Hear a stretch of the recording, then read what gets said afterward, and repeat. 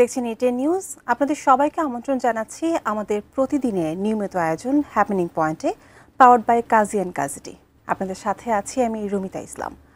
দর্শক, আজকে আমরা কথা বলবো আমাদের প্রতিনিয়ত বাংলাদেশে বসবাস করতে গিয়ে যে জিনিসটার সাথে আমরা খুবই পরিচিত, সেটি হচ্ছে দুর্যোগ। সেটা প্রাকৃতিক হোক কিংবা মানুষের তৈরি কোনো বিপর্যয় হোক।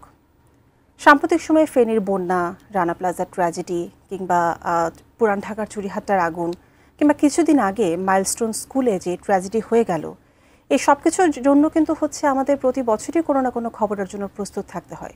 তো কোনো দুর্যোগ যখন আমাদের উপরে আঘাত হানে, ঠিক সেই সময় আমাদের কি করা উচিত ছিল, কি করছি, এই সমস্ত নিয়ে নানান আলোচনা, এই সব কিছু কিন্তু শুরু হয়ে যায়। কিন্তু কিছুদিন পরে আবার সেই আলোচনা থেমেও যায়। তো এত দুর্যোগপ্রবণ একটি দেশে বসবাস করার পরেও এই দুর্যোগ ঠেকাতে আমরা আসলে কতটুকু প্রস্তুত, সরকারিভাবে, বেসরকারিভাবে, ব্যক্তি পর্যায়ে, সামাজিকভাবে আমরা সব দিক মিলিয়ে কতটুকু প্রস্তুত, সেই সব কিছু নিয়ে আমরা আজকে আলোচনা করব। এবং এজন্য আমাদের স্টুডিওতে আজকে উপস্থিত আছেন এম এ হালিম, সাবেক পরিচালক, দুর্যোগ ও জলবায়ু ঝুঁকি ব্যবস্থাপনা বিভাগ, বাংলাদেশ রেড ক্রিসেন্ট সোসাইটি এবং বর্তমানে ফ্রিল্যান্স ডিজাস্টার ম্যানেজমেন্ট প্র্যাকটিশনার। আপনাকে স্বাগত আমাদের অনুষ্ঠানে। ধন্যবাদ।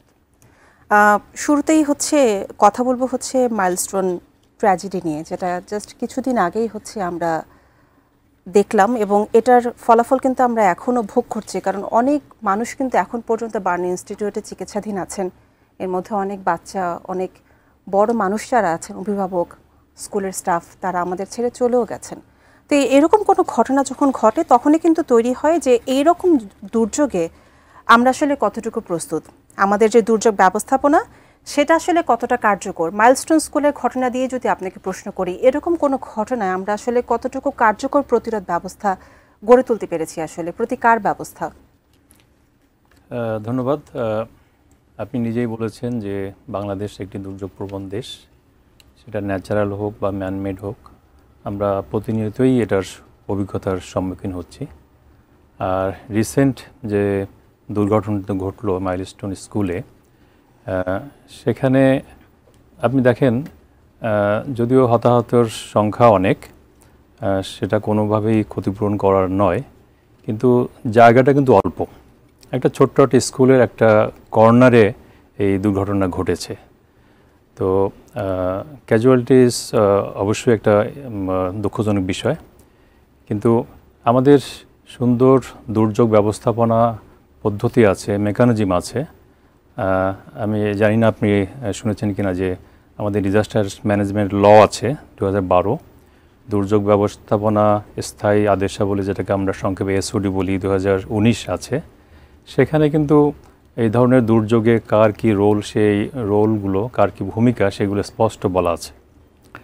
একটি বিষয়ে এখানে একটু বলা দরকার যে আমি নিজেও একটা আর্টিকেল লিখেছিলাম দৈনিক সমকালে যে আমরা এটাকে দুর্যোগ হিসাবে ঘোষণা করি না, কিন্তু যে ডিজাস্টার ম্যানেজমেন্ট ল বা স্ট্যান্ডিং অর্ডারস অন ডিজাস্টার্স, সেখানে যে সংজ্ঞা আছে সেই হিসাবে এটাকে ডিজাস্টার হিসাবে ঘোষণা করার উচিত ছিল বলে আমি ব্যক্তিগতভাবে মনে করি। সেই অভিমত আমি দিয়েছিলাম। এখানে একটু বলে রাখা ভালো, সম্ভবত সরকার এটা বিবেচনা করছেন এবং আজকে আমাকে দুর্যোগ ব্যবস্থাপনা মন্ত্রণালয় থেকে ফোন করেছিলেন যে ওনারা এই বিষয়ে আগাচ্ছেন আর কি। অর্থাৎ যদি এটা ডিজাস্টার হিসাবে ঘোষণা করা হতো তাহলে দুর্যোগ ব্যবস্থাপনা মন্ত্রণালয় তারাই হতো এটার ফোকাল ডিপার্টমেন্ট বা মিনিস্ট্রি, তাহলে সমন্বয়টা আরেকটু ইফেক্টিভ হতো আর কি। আপনাকে তাহলে আমি এখানে আরেকটু প্রশ্ন করতে চাই, সেটি হচ্ছে যে বাংলাদেশে কিন্তু মাঝে মধ্যেই ভূমিকম্পের পূর্বাভাস আমরা পাই যে ভূমিকম্প হতে পারবে এরকম কিছু। তো মাইলস্টোন স্কুলে যেরকম ঘটনা ঘটে গেল, এরকম একটা ঘটনা সামাল দিতে যেয়ে হচ্ছে পুরো দেশের মানুষ আমরা এই একটা জায়গাতেই ফোকাস করেছি। এরকম একই ঘটনা যদি সারা দেশে বিভিন্ন জায়গায় একসাথে ঘটে, সেটা সামাল দেওয়ার জন্য আমরা কতটুকু প্রস্তুত? আপনি ঠিকই বলেছেন যে যেটা আমিও বলেছি যে মাইলস্টোনটা অত্যন্ত অবশ্যই দুঃখজনক, কিন্তু একটা শহরে একটি নির্দিষ্ট জায়গায় হয়েছে। কিন্তু একটা বড় ভূমিকম্প যদি হয়, সেখানে বলা হয়েছে যে প্রথম ধাপে 70,000 বিল্ডিং ধ্বংস হয়ে যাবে।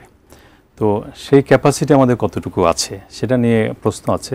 এই জন্য আমাদের যে সমন্বয়, অর্থাৎ যার যেটা রোল, সেই রোল আমাদেরকে অনুযায়ী কাজ করতে হবে এবং পর্যাপ্ত ইকুইপমেন্ট আর সবচেয়ে হচ্ছে যে জনসচেতনতা, পাবলিক অ্যাওয়ারনেসটা ইম্পর্ট্যান্ট। পাবলিক অ্যাওয়ারনেসের জায়গাটা আমি আপনার কাছে পরে আসছি, কিন্তু তার আগে আপনি যেটি বলছিলেন যে ইকুইপমেন্ট, এখন পর্যন্ত যদি এমন হয় যে খুব বহুতল ভবনে আগুন লেগে যায় কিংবা বহুতল ভবন যদি ধসে পড়ে, তাহলে দেখা যায় ধসে পড়ার পর সেখানে যে ইটের স্তূপ বা যেগুলো জমে সেগুলো সরাতে আমাদের বহুদিন লেগে যায়, কিংবা যদি বহুতল ভবনে আগুন লাগে তাহলে একদম টপ ফ্লোরে আগুন নেভানোর মতো পানির ব্যবস্থা আমরা করতে পারি না, ওই পর্যন্ত যেতেই আমরা পারি না। এই যে ইকুইপমেন্টের অভাব, এটা তোমরা বহুদিন থেকেই দেখছে যে আমাদের এগুলো লাগবেই লাগবে, তাহলে সেগুলোর ব্যবস্থা আমরা কেন করছি না?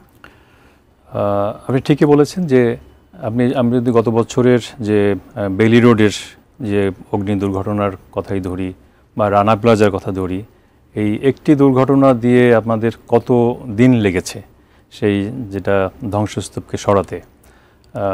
মানুষের মৃত্যু সে তো অন্য বিষয়, কিন্তু ধ্বংসস্তূপ সরায় আবার স্বাভাবিক জীবনযানটা আসতে এখনও কিন্তু আসতে পারিনি। আপনি বেলি রোডের আমি দেখেছি সেদিনও যে ওই বিল্ডিং এখনও অবস্থায় আছে, ওই অবস্থাতে পড়ে আছে। তো অর্থাৎ আমাদের যে ইকুইপমেন্ট এবং যার যে রোল, সেই রোল অনুযায়ী কাজ করলে। আর আপনি যে কথা বলেছেন যে কোনো দুর্ঘটনা ঘটলে আমরা তখনই খুব নাড়াচাড়া দিয়ে উঠি, কিন্তু পরবর্তীতে এটা নিয়ে কিন্তু আর আমরা কোনো কনক্লুশনে আসি না যে আমাদের এই যে অতীত যে অভিজ্ঞতা, সেই অভিজ্ঞতার মাধ্যমে আমরা কি লার্ন করলাম, এবং ভবিষ্যতে যদি এরকম কোনো দুর্ঘটনা বা দুর্বিপাক হয় সেক্ষেত্রে আমরা কিভাবে সেটা মোকাবেলা করব, সেটা কিন্তু আমরা লেসন লার্নটা করি না। কথা দিয়ে আমার খুব জানতে ইচ্ছা করছে যে আপনি বলছেন যে আমরা লেসন লার্ন করি না, আমরা তখন নড়েচড়ে বসে এরপরে আমরা আবার স্থবির হয়ে যাই, কেন হই এটা? এখন এটা আমার খুবই ব্যক্তিগত মতামত যে আপনি দেখেন একটি বিল্ডিং করার পিছনে 12টি অর্গানাইজেশনের অনুমতি লাগে। এখন তারা এই অনুমতিগুলো তারা কি দেখে দেন, যদি সেই অনুমতিগুলো যদি যথাযথ পর্যবেক্ষণ করে মনিটরিং করে এবং যে বিল্ডিংয়ের স্ট্রাকচার, স্থানীয় যে প্রেক্ষাপট সব কিছু মিলিয়ে দেওয়া হতো, তাহলে হয়তো দুর্ঘটনা ঘটতো না। তো এই অর্থাৎ কোনো না কোনোভাবে সব এই 12টি অর্গানাইজেশন কিন্তু প্রতিষ্ঠানই কিন্তু দায়ী থাকে। এখন জানি না এটা সংশ্লিষ্ট মহলে সীমাবদ্ধ কিনা, যে আমরা কিন্তু কাউকে শাস্তি পেতে দেখি নাই এ পর্যন্ত, যে কেন এই ত্রুটিপূর্ণ ভবনকে অনুমতি দেওয়া হলো, অথবা যদি ভবনটি ত্রুটিপূর্ণ হয় তাহলে সেটাকে রেকটিফাই করার কি কার্যকর ব্যবস্থা নিয়েছে সংশ্লিষ্ট কর্তৃপক্ষ। আমি জানি না আপনি আপনার এই দীর্ঘ কর্মজীবনে কোনো তদন্ত প্রতিবেদন কি সরাসরি জনসম্মুখে আসতে দেখেছেন, কিংবা সেটার যে রেকমেন্ডেশন থাকে সেগুলো কতখানি আপনি বাস্তবায়িত হতে দেখেছেন? এই সব কিছু নিয়ে আমরা আসলে আলোচনা করব, যেহেতু আপনি এই বিভাগে দীর্ঘদিন ধরে আছেন, আপনার অভিজ্ঞতা আমরা শুনব। কিন্তু এই মুহূর্তে যেতে হচ্ছে ছোট্ট একটা বিরতিতে। দর্শক, হ্যাপেনিং পয়েন্টে নিচ্ছি ছোট্ট একটা বিরতি, কিন্তু আমরা ফিরে আসবো এই আলোচনাতে, সাথেই থাকুন।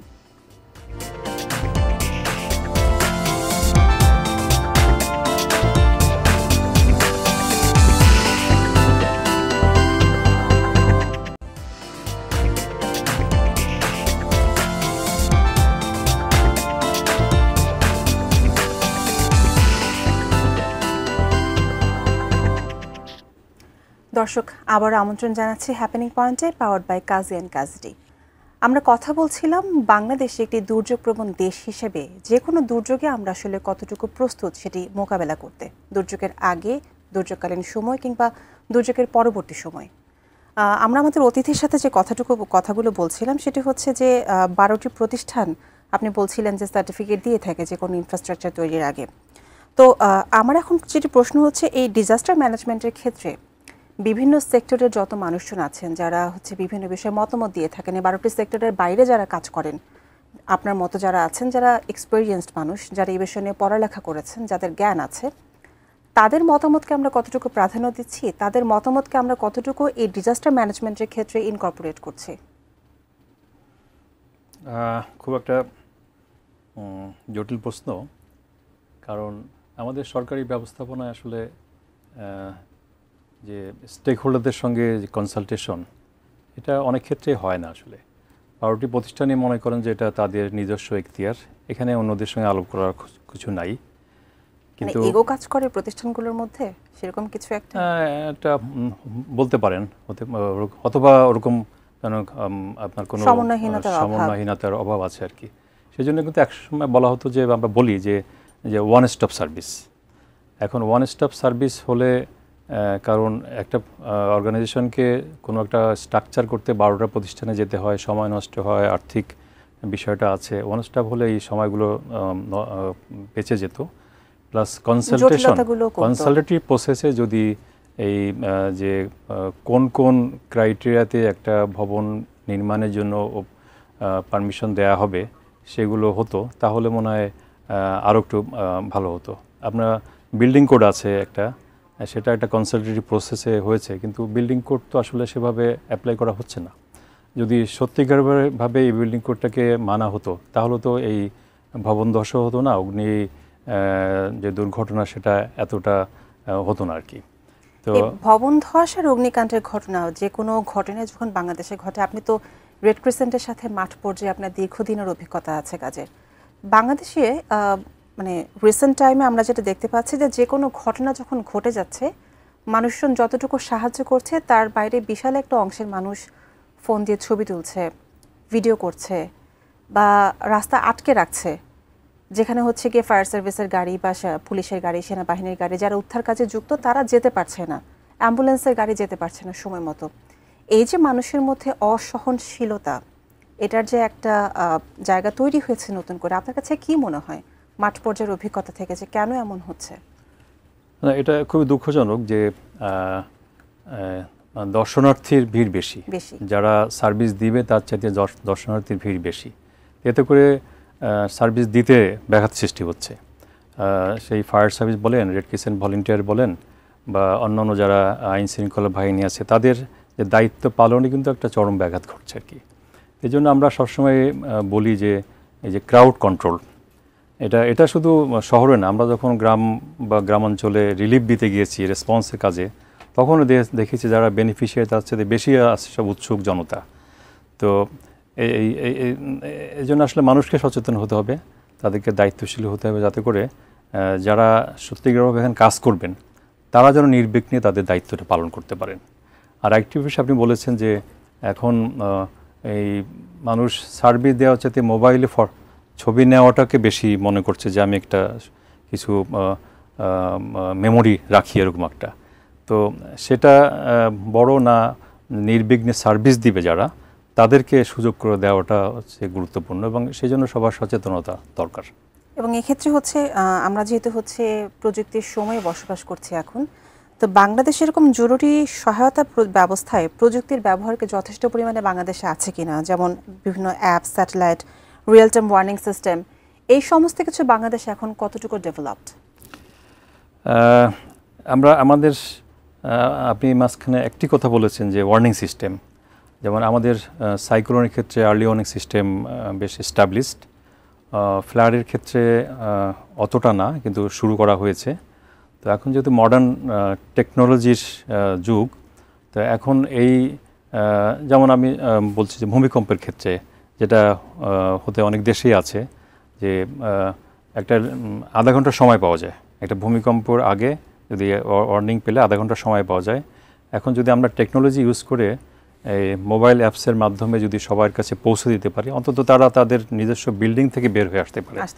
তো এটা প্রয়োজন আছে। এবং যেমন আমাদের সাইক্লোন ওয়ার্নিং সিস্টেম আছে, সেটা আমরা মোস্টলি পৌঁছাই হচ্ছে ভিএইচএফ এবং এইচএফ ওয়্যারলেসের মাধ্যমে, কিন্তু মোবাইল অ্যাপসের মাধ্যমে এখন একেবারে পার্টিকুলার যে বেশি ভালনারেবল, যার এখানে সাইক্লোনটা বেশি হিট করবে বলে আমরা মনে করছি, তার কাছে পৌঁছে দেওয়ার এইভাবে কাজ হচ্ছে আর কি।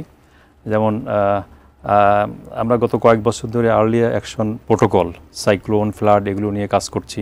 সেখানে কিছু থ্রেশহোল্ড ঠিক করা হয়েছে, অর্থাৎ ফ্লাডের জন্য সুনামগঞ্জে যে আর্লি ওয়ার্নিং হবে সেটা হয়তো ফেনীর জন্য হবে না আর কি। এই জন্য এরিয়া বেসিস আপনার আর্লি ওয়ার্নিং যে টেকনিক বা সিস্টেম সেটাকে ইন্ট্রোডিউস করার চেষ্টা হচ্ছে, এবং তা হলে হয়তো এই মডার্ন টেকনোলজির মাধ্যমে যারা বেশি ক্ষতিগ্রস্ত হতে পারে তাদের কাছে যে আর্লি ওয়ার্নিংটা দ্রুত পৌঁছে যেতে পারে। আর এখন আরেকটি ডেভেলপমেন্ট এই সুযোগে আমি বলিনি, যে আগে শুধু হয়তো বলা হতো যে অমুকে ক্ষতিগ্রস্ত হতে পারে, কিন্তু এখন বলা হচ্ছে ইম্প্যাক্ট বেস অ্যানালাইসিস, অর্থাৎ